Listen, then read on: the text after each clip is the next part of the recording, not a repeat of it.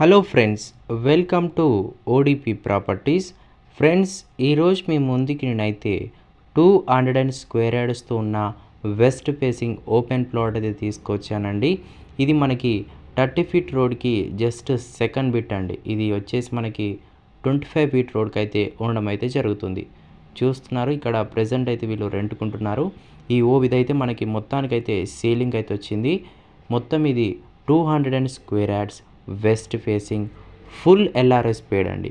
దీనికి ఎల్ఆర్ఎస్ మొత్తం అనేది కట్టారు. ఎటువంటి ప్రాబ్లం లేదు.